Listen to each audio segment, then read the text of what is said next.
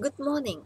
In the second session of marketing, we will essentially be talking about the basic core concepts of marketing. The basic core concepts of marketing are based on needs, wants, and demand. Desires. Desires are something that you wish to aspire, you want to have, you feel like having, you want to own it, but it is not a basic concept of marketing. However, it is the need, wants, and demand. Then comes products, utility, value, and satisfaction. We'll be also talking about exchange, transactions, and relationships, and markets, marketing, and marketers. So we start with the first basic core concept of marketing, which is a need. Need are basically the biological needs, and they are also referred to as the states of felt deprivation. What are these states of felt deprivation? Many studies have been conducted in the past and presently are being conducted in order to classify these needs on different bases and on different ladders. The most famously popular theory of motivation given by Abraham Maslow classifies these needs into a proper hierarchical structure. These needs are classified as the primary level of needs and secondary level of needs.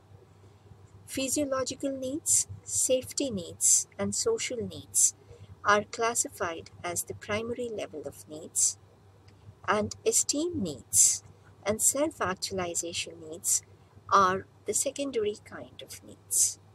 So physiological needs are hunger, thirst, biological needs without which a human being cannot survive.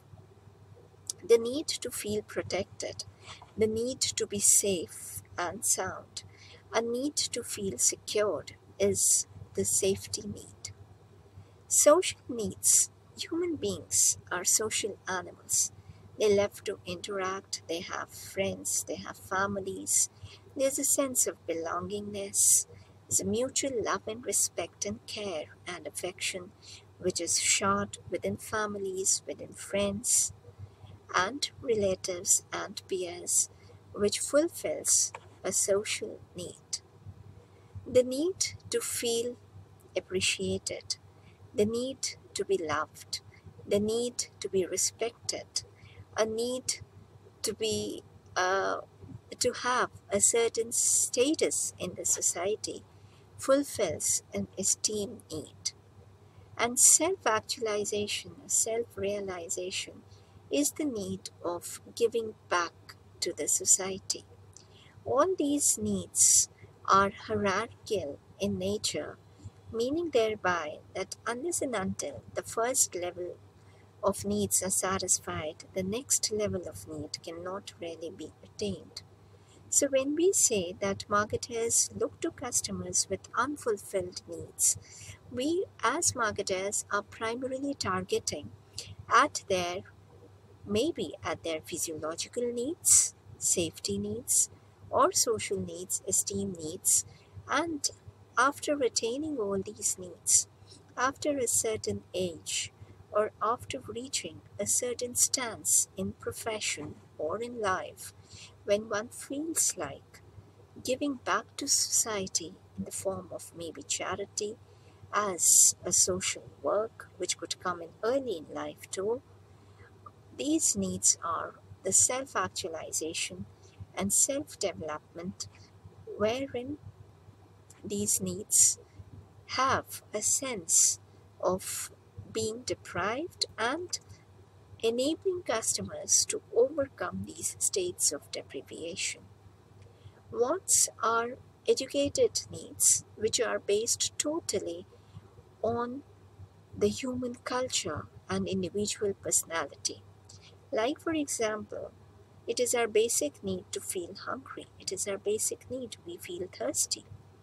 But for an American, the way to meet out these needs or to fulfill these needs would be to possibly eat a hamburger. But for us Indians, we would be better off if we have a dal, chapati, vegetables, or a thali. Or for South Indian, it could be a idli, dosa, vada, sambar. So the idea is that needs, the basic need of feeling hungry, is present in every single individual, but the wants are educated needs, which are based on human needs, classified and influenced to a great extent by our personalities, by our individual choices, and shaped by the culture that we actually hail from. Demands are empowered human wants. That is, a demand is equal to want, which is an educated need, willingness, as well as a purchasing power to buy a particular product. So, for example, I have the ability to buy a 10 rupee chips packet, but maybe because I don't like it, there is no willingness to buy the product. So, is there a demand of potato chips packet in my particular household? Maybe. In your case, if you're fond of potato chips, you have the ability to pay, there is a willingness to buy, and shaped by your culture, shaped by your individual personality, you like it and you want to have it. We say that demands are empowered human wants. So the first basic concept, the core concept, was the needs, wants, and demand. The next basic core concept is utility. What is utility?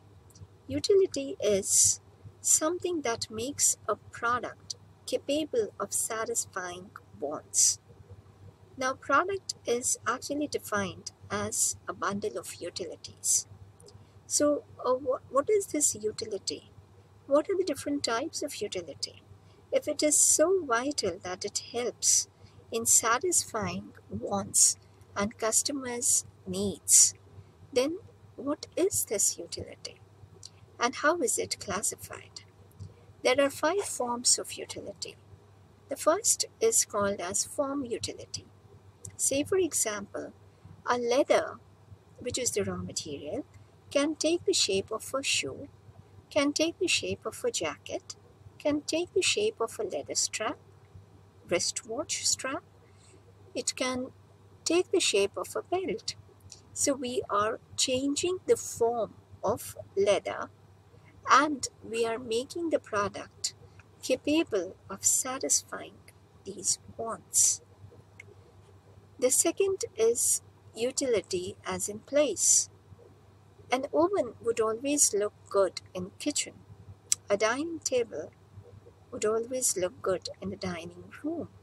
So classified by the place, products can be designed in order to give maximum satisfaction to the customers. Time utility. Time utility is morning newspaper you would not like to read in the evening because the information has actually become stale. So the relevance of information coming to you in the early morning is more important.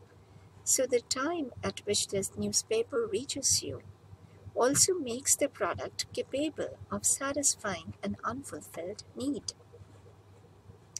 Information utility is TV news providing essential visuals of certain news items make the information even more relevant. And finally, possession utility is the utility which is required that you own a car It adds to your status symbol, and you take pride in riding it as well as in its ownership. This is possession utility.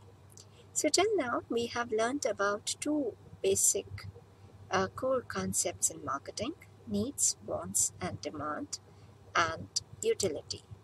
We move on to the next core concept, which is customer and or consumers.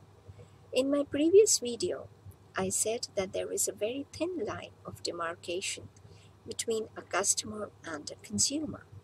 A customer is the one who pays the bill, foots the bill. He may not necessarily be using the product. Say, for example, your parents buying a mobile phone for you. You are using a phone, but you have not paid for it. So you become the consumer and your parents become the customers. In situations where you have saved your pocket money to pay the bills and use the phone, you are both customers as well as a consumer. According to the documented definition, a customer is one who is in the market looking for a particular product or a service for attention, acquisition, use or consumption that enables him to satisfy his basic need or want. So consumers purchase the products and a customer may purchase the product, but it is the consumer who may actually use the product. The next core concept of marketing is value. Value is defined as in terms of benefits that the product brings with it in order to meet out the expectations of the customers and to satisfy their unfulfilled needs and wants. And at what cost are these needs and wants satisfied? We say that if a customer is always looking for a product where more benefits are accrued to him at less and less costs, it is that more value is being provided by the marketer to the customer. But this again may not be true in all circumstances. However, at this point of time, we say that value is defined in terms of benefits as well as in terms of costs. More benefits can be provided to the customer at less and less costs.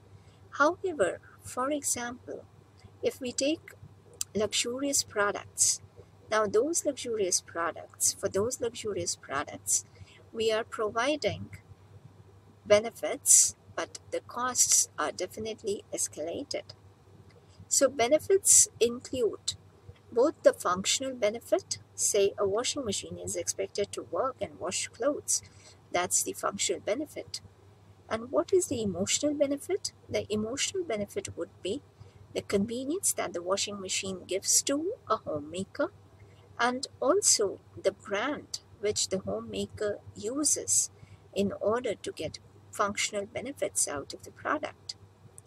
Cost refers to the monetary cost, that is the price of the product, the time spent in deciding which product to buy, the energy spent in reaching that particular place, and psychic cost is again the decision process which the customer goes through before reaching and making that particular decision. So when we say that a customer looks for value, it is value defined in terms of more and more benefits and at relatively less and less of costs.